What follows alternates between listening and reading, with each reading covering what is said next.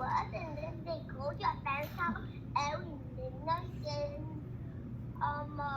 and with their queen, king, and then they go together on it. But when their dog goes back to them, he's not sure, and they make the castle, and they put a pea and a lot of things on the bed, and then he raised that girl, but he didn't have anything. He was want to fall down, so he couldn't sleep. But I think he sleeps so well.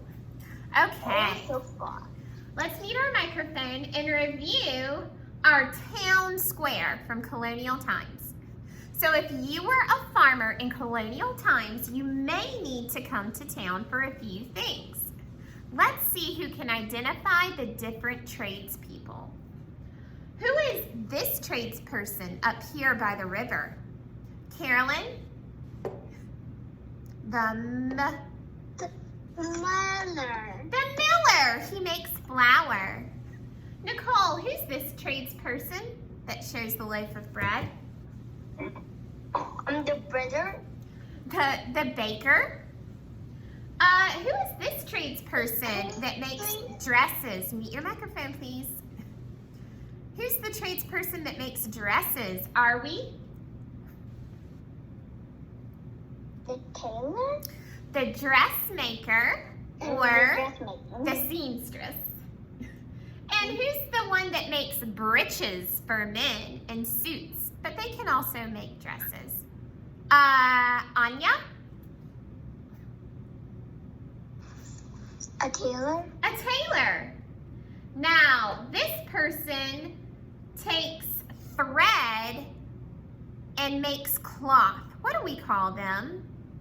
Jonyan, who do we call the person that takes thread and makes cloth with a loom? Clothers. No. Smriti? A weaver. A weaver, you're right. Who do we call the person that takes cotton or wool and spins it into thread? Russell. Spinner. A spinner. This is our general store or trading post. Who do we call the person who makes hats to go on our head? Adeline? Who do we call the person that makes hats that go on our head?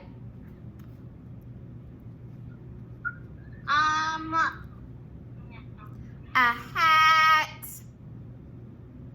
A hat maker. Hatter. A hatter. I always remember do you remember the Mad Hatter on Alice in Wonderland? If you've seen the Disney Alice in Wonderland, he sings "A very merry unbirthday to me, to you." He sings that song, but that is a hatter, a person who makes hats. And are you talking about the animated version or the non-animated? The animated. The person that makes shoes, Nicole, the person that makes shoes is what, Ryan? The cobbler or the shoemaker. Today's story is called, that's beautiful, Smriti, The Elves and the Shoemaker. So we're going to focus on that trade. Let's take a look at this Venn diagram. In our Venn diagram, we see shoes from long ago, then, and shoes from now. Remember, shoes were difficult for farm families to make themselves because they didn't have the right tools. Instead of making shoes at home, or they would go to a shoemaker for some made-to-order shoes. All the cobbler shoes were custom made, just like the dressmaker's dresses, the tailor's clothing, and the hatter's hats. Let's compare and contrast our shoes from long ago and shoes from now. Look at these shoes? Are these shoes from long ago or shoes from now? Nicole. Long ago. No, these are shoes from now. Now. They're tennis shoes with laces. What about these shoes right here? Are these shoes from long ago or shoes from now? Adeline? They're from long ago. Yes, those are men's shoes from long ago. Look at these shoes. Are these shoes from now or long ago? Carolyn? This shoes from long ago. No, they're shoes from now. You might see your mommy wear high heel shoes like these. What about these red shoes? Are these shoes from now or long ago? Adeline, or not, I'm sorry. Are we? These ones. Long ago. Long ago. We can kind of tell long ago. They have great big huge belt buckles on them. They look like a belt buckle, but shoes from long ago had big belt buckles and they were made from leather. Most of them. Look at this blue shoe. Is this shoe from now or long ago? Russell?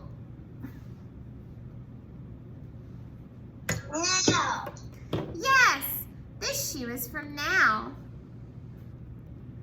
And last but not least, look at these green shoes. Are they from now or long ago? Brian? Long ago. Long ago. They have some of those big buckles on them. Okay. Shoes were made by hand in a cobbler's shop.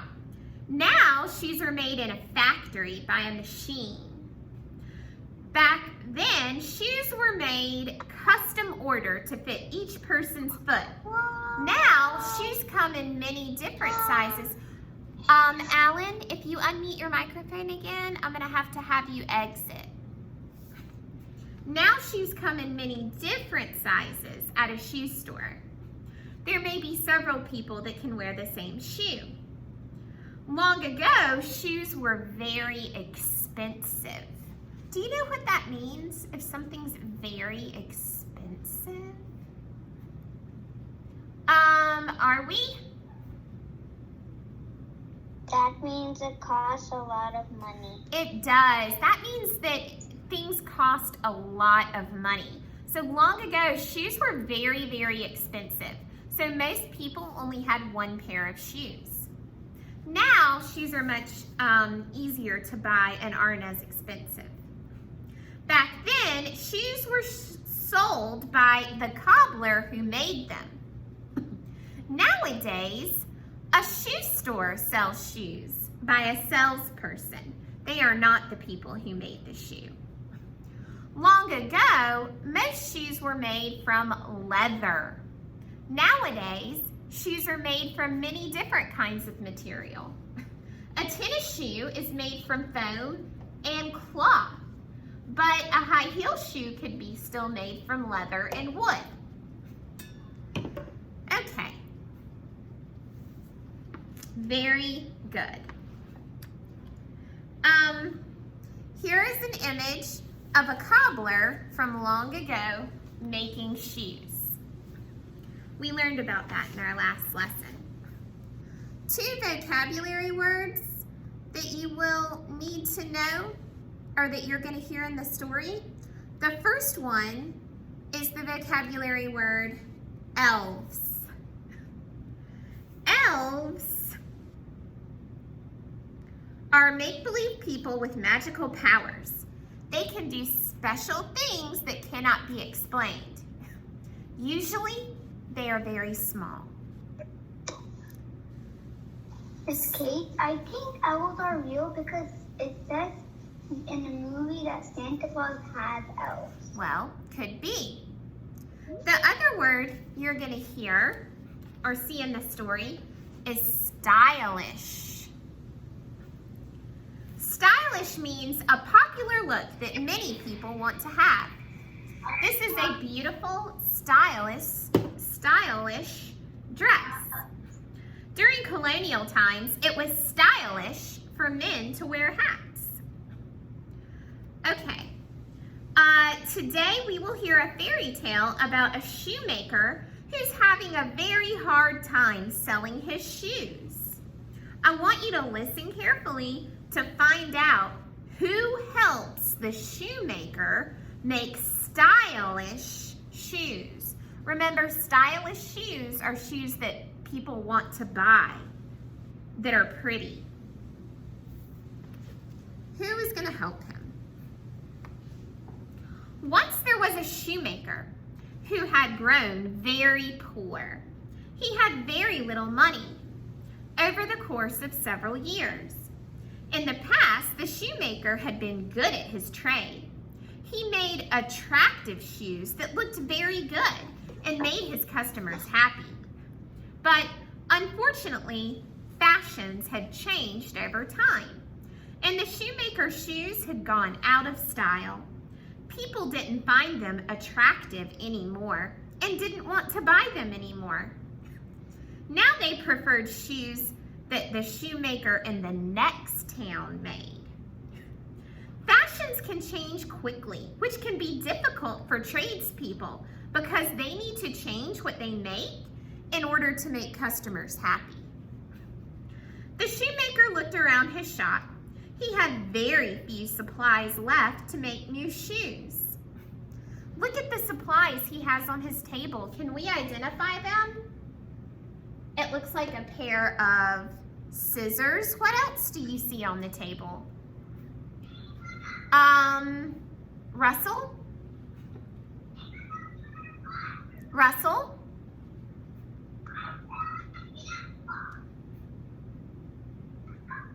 And some leather. Some leather. You're exactly right. There is some leather on the table. Very good. Also, we have some string and buttons, or thread and buttons. But that's it. That's not very much. Since people had stopped buying his shoes, he wasn't making any money. Because he wasn't making any money, he wasn't able to buy new supplies. He picked up the tiny bit of leather that he had left. He thought perhaps he would be able to squeak out one last pair of shoes before he closed his shop for good, forever. Why do you think the shoemaker needs to close his shop for good? Why do you think he has to do that? Carolyn? Because they don't have enough shoes? He's not making any money. So in order to sell something, you have to make money to buy the materials to make it. And he's not doing that. He carefully cut out the pieces he needed and set them on his work table. But he was too tired to work. So he yawned and kissed his wife goodnight and went to bed. The next morning, he rubbed his eyes, kissed his wife good morning, and went directly to his shop to work on his last pair of shoes. When he entered his shop, he stopped. He rubbed his eyes. There, on his work table, where he'd left the piece of shoe leather the night before, were a perfectly assembled pair of shoes. The shoes were put together just right. The shoemaker picked up one of the shoes. The stitching was neat and attractive. The stitching on the shoe is a description of two pieces of leather sewn together with a needle and thread. The stitching on the shoe was tidy and even. That made it attractive so customers might think it looks good and wants to buy it. The shoes were more stylish and interesting than the shoes the shoemaker himself made. But who on earth had the shoes come from? Who made them? The shoemaker had no idea. The shoemaker asked his wife, but she also had no idea. Not knowing what else to do, the shoemaker picked up the shoes and placed them in his front window. Why did the shoemaker place the shoes in the front window? Ooh, why did he do that? Ryan? Because he wants to make money. The people will see them and come to his store and buy those shoes. Exactly, Ryan.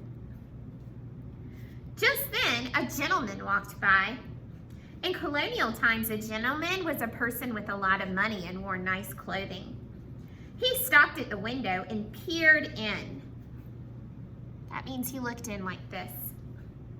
He quickly opened the door and pointed at the new shoes.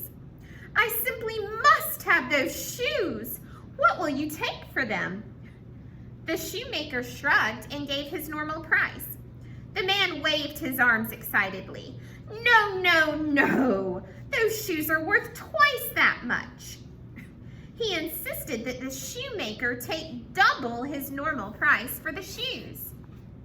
When you take double of something, you add that amount again, and that's how much you get. So let's say the shoes were $2. What's double $2? 2 and another 2. 4. The shoemaker accepted the money graciously. He politely took the gentleman's money with thanks. As soon as the man walked out of the shop, the shoemaker clicked his heels, kissed his wife, and ran out the door to go to the leather shop. With the money he'd just been paid, he was able to buy enough leather for 2 new pair of shoes. Later that day, the shoemaker cut out the pieces to make the new pair of shoes, but he was tired. So he yawned, kissed his wife goodnight, and went to bed. In the morning, the shoemaker found 2 new pair of shoes, just like the pair he'd found the day before. The stitching on both pair was just as neat and attractive as the stitching on the previous pair. And the style was just as interesting. Do you think people will come to a store to buy these shoes? I do too. The shoemaker was pleased when the Miss Kate, I have a question about this. Yes. So the shoes, his first 2 pair of shoes, I don't know who gave him them. Those look the same as these. That's what it said. They look exactly the same. He put the 2 new pair in the front window. The shoemaker was pleased when 2 gentlemen walked in within minutes and offered double the normal price for the 2 pair of shoes. The shoemaker again clicked his heels, kissed his wife, and ran to the leather shop. He bought enough leather to make 4 new pairs of shoes. Again, he cut out the leather and went to bed. What's going to happen next? Nicole, what's going to happen next?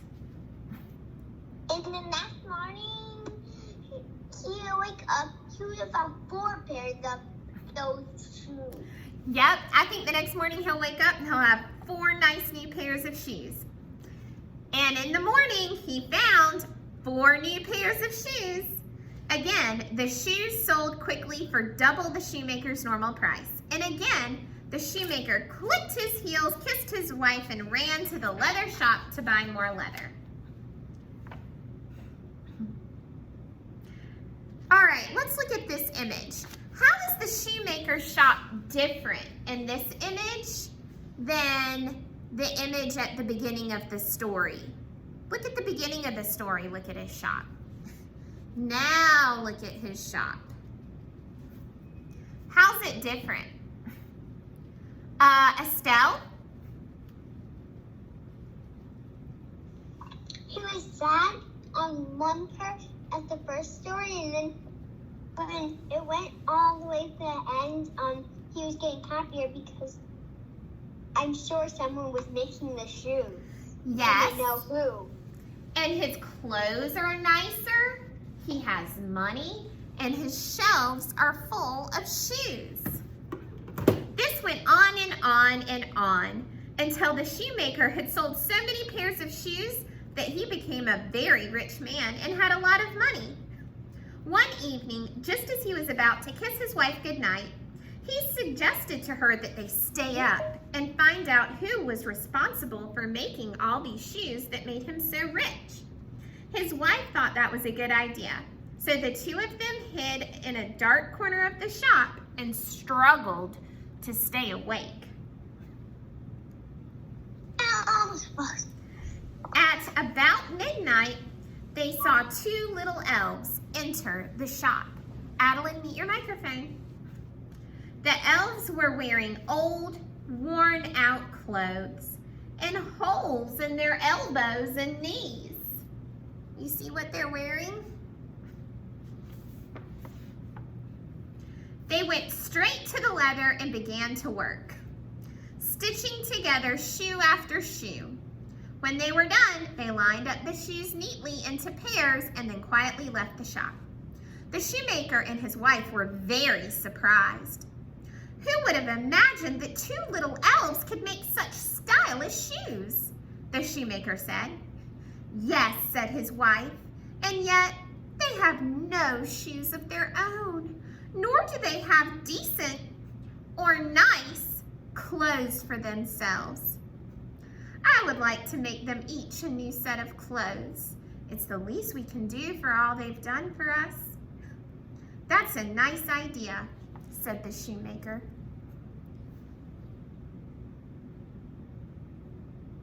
So the shoemaker's wife worked all day.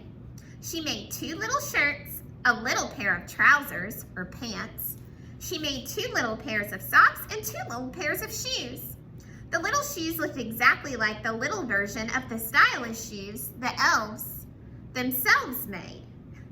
That night, the shoemaker and his wife laid out the set of new clothes and placed them where they usually set out the shoe leather. They hid in the corner to watch their little elf friends react when they saw their present. How do you think the elves will feel when they see their present? How are they going to react? Janya? Happy. You think they're going to be happy? How do you think they're going to be, Smriti? How do you think they're going to feel? Super happy and super thankful. Oh, that's good. Or excited? Very good. At midnight, the two elves entered the shop. They saw their new clothes and looked thrilled to pieces. Thrilled means really happy and excited. They quickly put everything on, then they danced together. We are two fine little gentlemen now, said one elf. Yes, we are, said the other. We are so fine that we could never think of working as shoemakers ever again. They joined arms and skipped out of the shoemaker's shop. The shoemaker and his wife never saw the elves again. But by this time, they had grown very rich and never needed to make a shoe again. So they all lived happily ever after. Did you like that story? I did too. Okay, who are the most important or main characters in the story? Anya? The shoemaker and his wife. The shoemaker and the elves. Because without the elves, he wouldn't have gotten the shoes. What is the setting of the story? What is the setting? Think about what that means. Are we?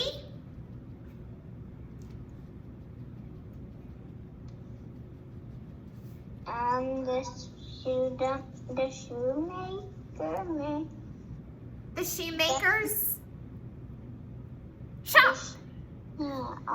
Yeah, his shoe shop. Yeah, the shoemaker's shop. When did the story take place? Now or long ago? Nicole? Long ago. Very good. What materials and tools did cobblers in colonial towns use to make shoes? Miss Kids, I also have a question. Wait till the end and I'll let you ask. What materials did cobblers use to make shoes? Ryan? Leather and scissors. Leather and scissors and thread and needles. Thread and needles. Yeah. Who was making the stylish shoes for the shoemaker while he and his wife slept? Adeline, who was making the shoes while the shoemaker and his wife slept?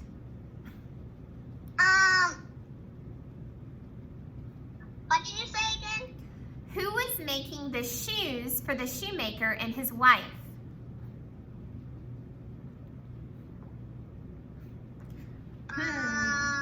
Who can help her out? Jonyan? The elves. Why do you think the elves made those stylish shoes for the shoemaker? Russell, why do you think the elves made those shoes for the shoemaker?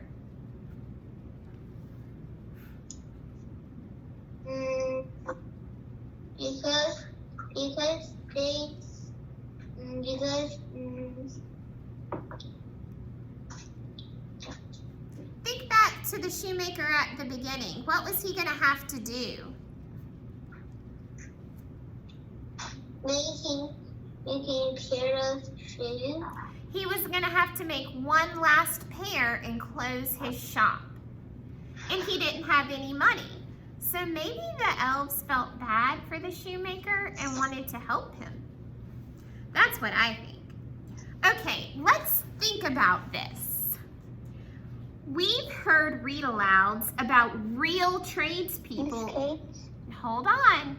We've heard read-alouds about real tradespeople and real events from colonial times. But this story, The Elves and the Shoemaker, is fiction. What does fiction mean? And what makes this story fiction? Wow, what does fiction mean and what makes this story fiction? Anya?